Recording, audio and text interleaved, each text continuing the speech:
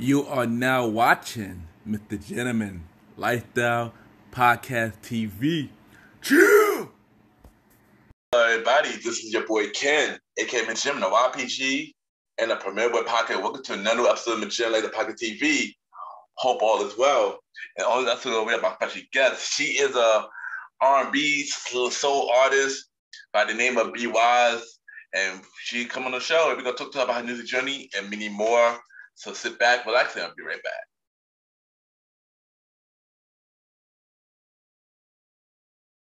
Welcome back. And at the time, we got another episode of MrGentleman Podcast Presents and Conversation about Music Podcast, where we interview artists and play their music and stuff like that. And we got another guest.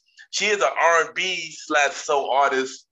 We got to play her. We got to talk about her music journey. We got bwize in the building. bwize, how you doing? I'm good. How are you? Yes, I am good. Welcome to be on the show. Yes, I'm excited to be on the show. Yes, yeah, I'm happy to have you on. So are you ready for the interview? I am. All right, so we're gonna start off. We'll get to know you a little better. So we're gonna start off. Where are you from? All right, so I'm from Atlanta, Georgia, but I grew up in a town called Morrow, Georgia, which is like in Clayton County, which is like 15 minutes from the city. So that's where I grew up from. Okay, nice. So if you had to describe yourself with one word, what would that word be and why? If I had to describe myself with one word, it would be innovative, because I've always felt like I've been such a really creative person. Like I always felt like I'm a trendsetter. I be creating different things. So being creative helps me to be myself. It makes me feel free. So I like to think I'm an innovator. Nice. And we're about to talk a lot more about your creative art. So I'm looking forward to talk about that. So first, we're gonna talk about your beginning of life. Like, tell us how you was growing up, then compared to how you are now. Okay, so when I first started growing up, I think I was a pretty confident girl in myself. That's when my mother, I think she saw that confident ability in myself, and she started trying to get me involved with ways to express myself. And I don't know, I think along the way, my confidence level in myself went down, because when it started to become like, once I got to high school, I think my creative ability started just declining. Like I felt like people didn't really want to see or hear what I had to say.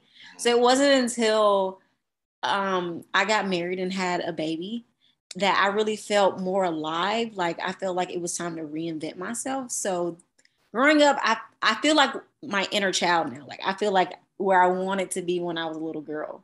So that's pretty much where I'm at now today. I am being creative. I'm doing a lot of things. I'm expressing myself.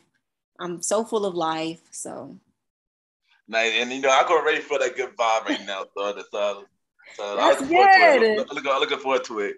Yes. So which artist or type of music you would listen to growing up? Okay, so growing up, both of my parents came from a very different background. And so my mom, she would listen to a lot of Toni Braxton, Whitney Houston, Alicia Keys.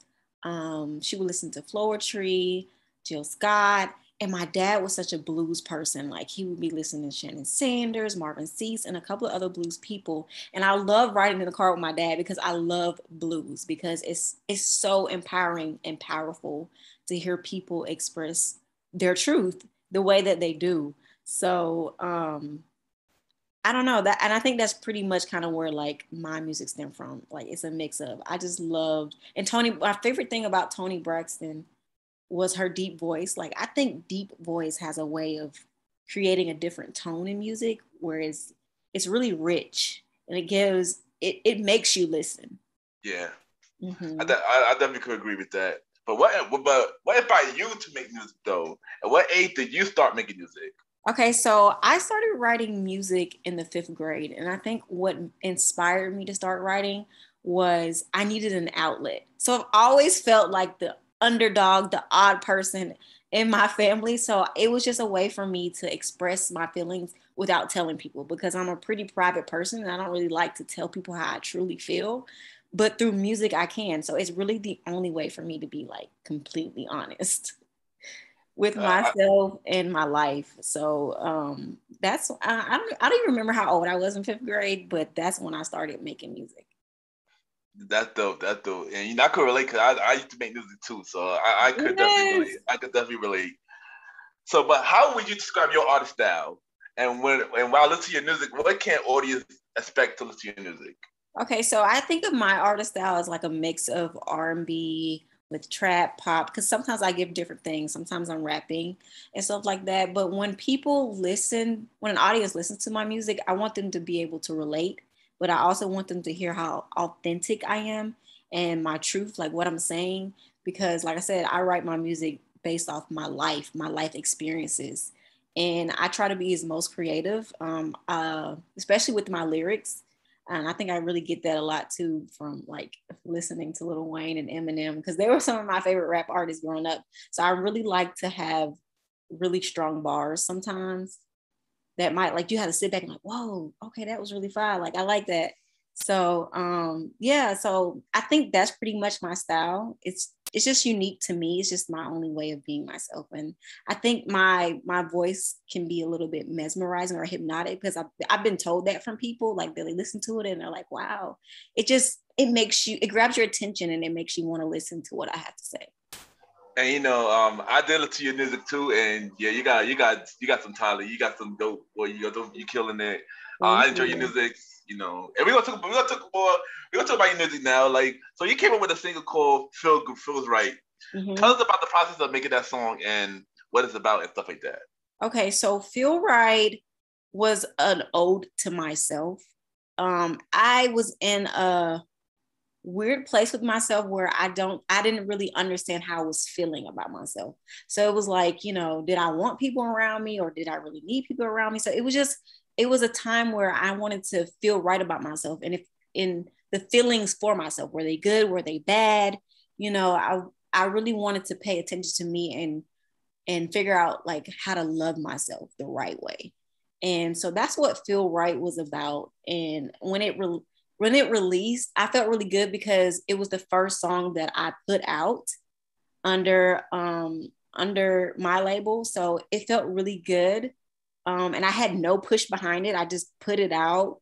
I didn't put any promo behind it. I just felt like I needed to put it out because it was going to give me the boost and the confidence to continue putting out music.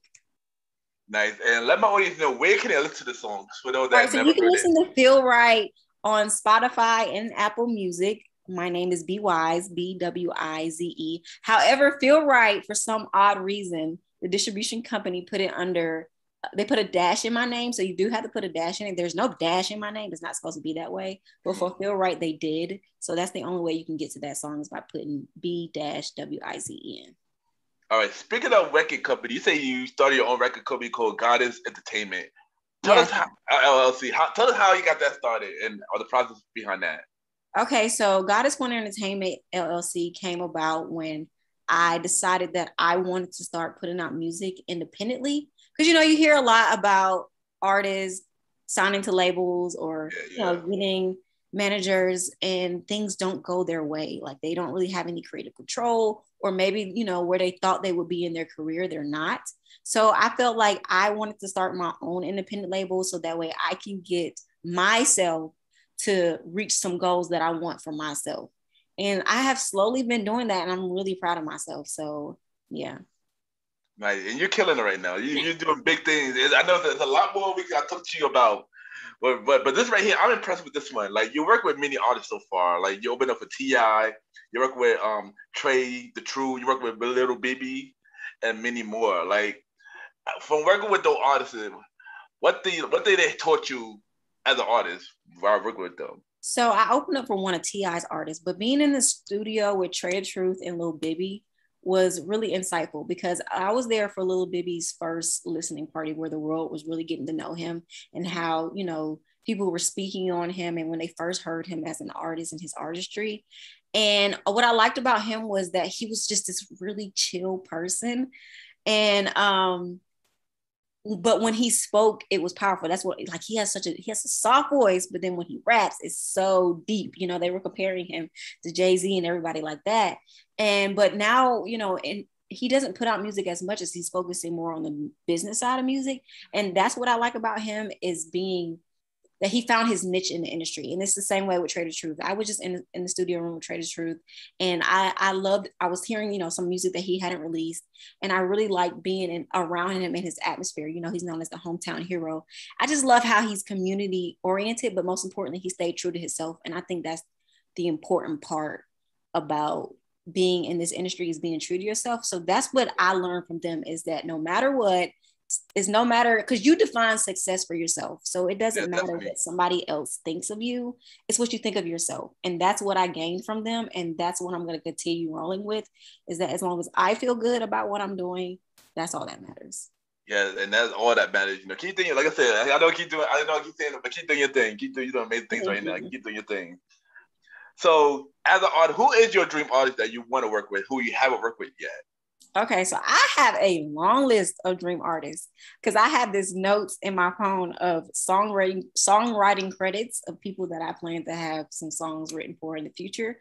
But out of that list, I think the three that I would really, really enjoy doing a record with would be The Weeknd, Summer Walker, Toni Braxton. Yeah, that's a dope list. Yeah, the dope list. So, how you feel about the current state of R&B, especially in women R&B? Okay, so I think the current state of R&B has changed a lot, especially for my generation. A lot of the artists today that are like in the mainstream, like that everyone is singing, they tend to put out a lot of heartbreak songs and songs that, to me, really don't define what love is, like your experience with love, making love, and just receiving love from the world. But I know when I tend to listen to female R&B artists that, you know, don't have that huge platform but are still making a little buzz, they tend to talk more about real love, like true love.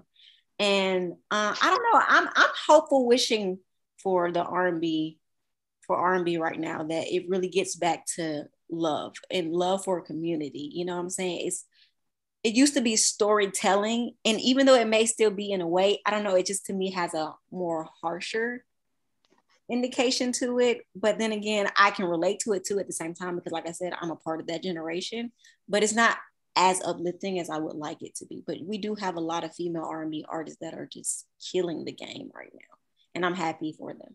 Yeah, and I do agree with you. I do feel like R&B should go back to the way it was, you know, expressing more love and stuff like that. But I do agree with you also that a lot of female R&B artists like yourself is killing it right now. You know, some Walker, Scissor, her, a lot of them killing right now. And as long as we got them, it's still good. So, but you're not only an artist though, you're also an actress and a dancer.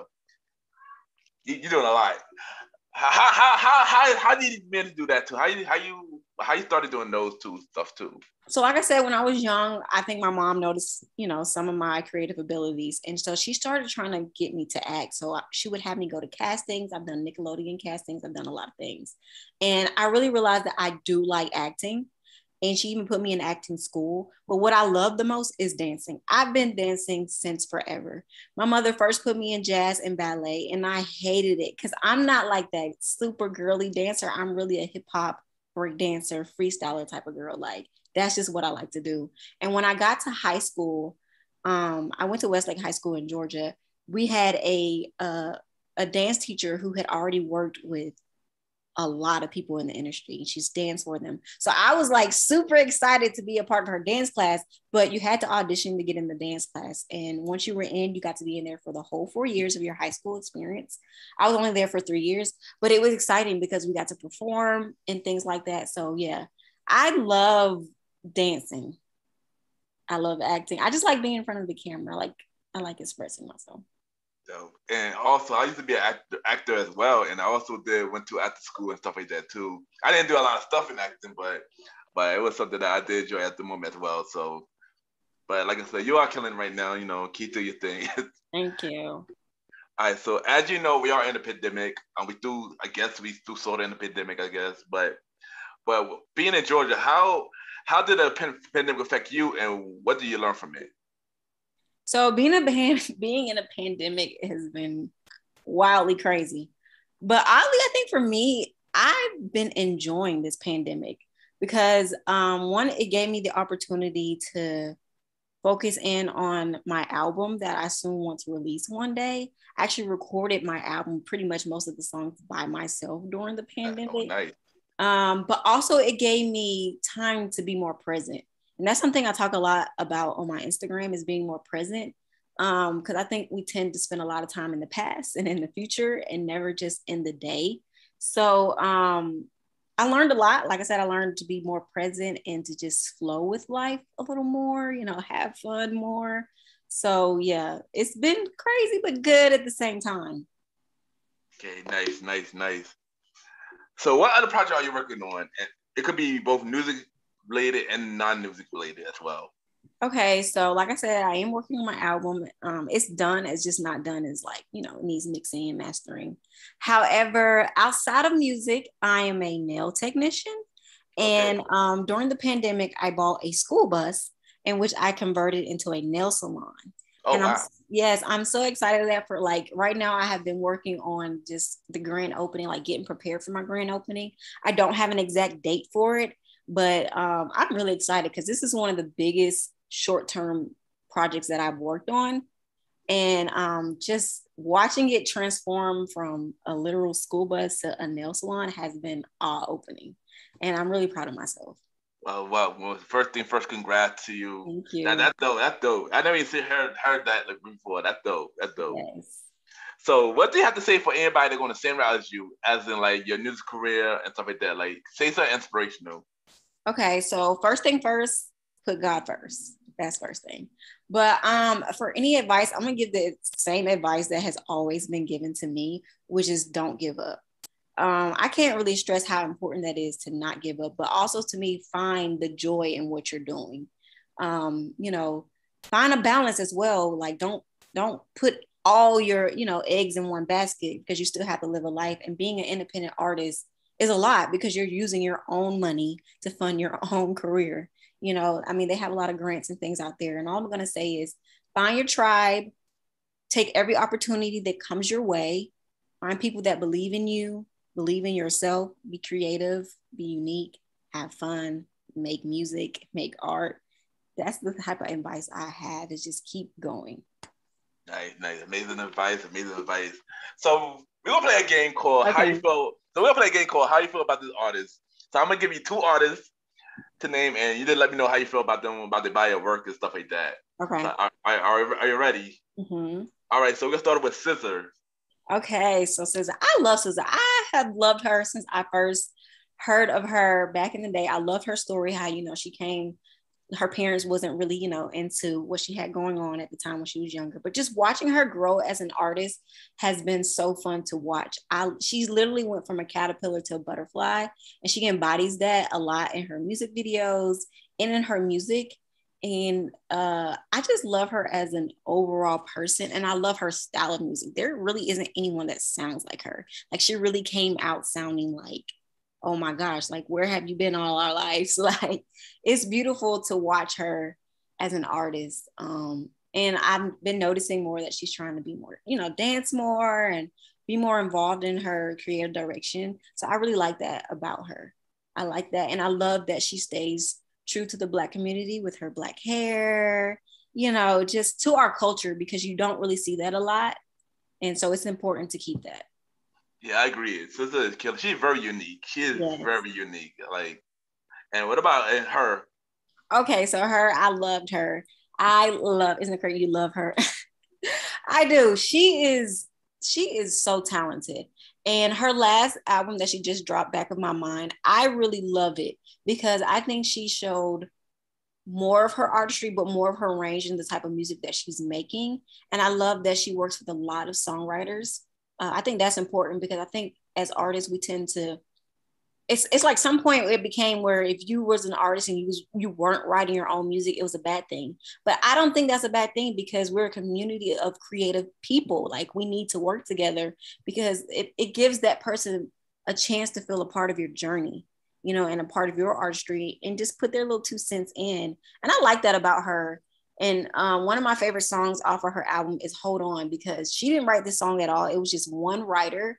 And I loved it because it was like a country blues song.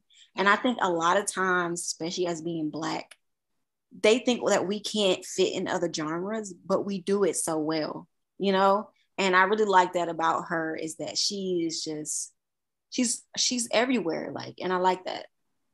Her is actually one of my favorite artists too. So she got amazing talent. She got amazing voice. I like her music. Yes. I agree. Hers is amazing. So before you go, we gonna play your song, your new song called "Rain Down." So tell us about this song and the process and everything about the song. Okay, so "Rain Down" literally has been one of my favorite songs, but I listen to it so much, I'm like, oh my gosh. But I think I was in my living room at home, and this Italian producer messaged me, and he was like, hey, I really like your voice. I really like your songs. And like, he was like, can you send me a voice memo of your voice? And like, when I sent it, he said, oh my gosh, your voice is so nice. He was like, I'm going to send you 4 beats, sample beats, listen to them, figure out which one you like, and then I'll send the whole beat. So I heard the beat for "Rain Down." I was like, that's the beat. I don't care what it is.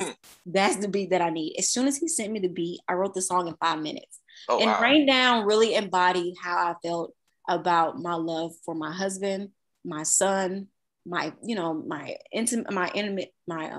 family, and just the love from the world that I had started receiving. So it was just simply just like, yeah, like, oh my gosh, let all of this love pour down on me right now. Like, it was supposed to be a really fun song, and I think it is a fun song. It has a great vibe to it. And I literally was dancing and everything when I was writing this song, and I had so much fun writing it. So that's pretty much where "Rain Down" came from. It's just the love that I have in my life. And I heard the song "Rain Down." It's an amazing song. I like it. I love it. And Thank we're gonna play for you. Yeah. But I just want to say, Miss bwize, thank you for coming on the show. You've been amazing.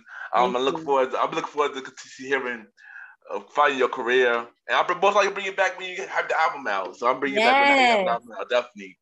So what I need you to do before you go is drop your social media where everybody can reach you, and also drop where everybody can listen to your music. All right. So it's your girl bwize. You can find my music on Spotify, Apple Music, and Pandora. bwize.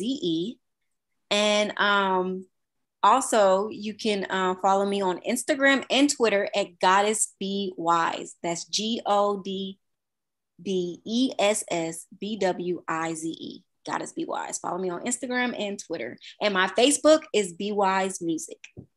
Yeah, thank you. Thank you again for coming on the show. And we'll be right back. All right.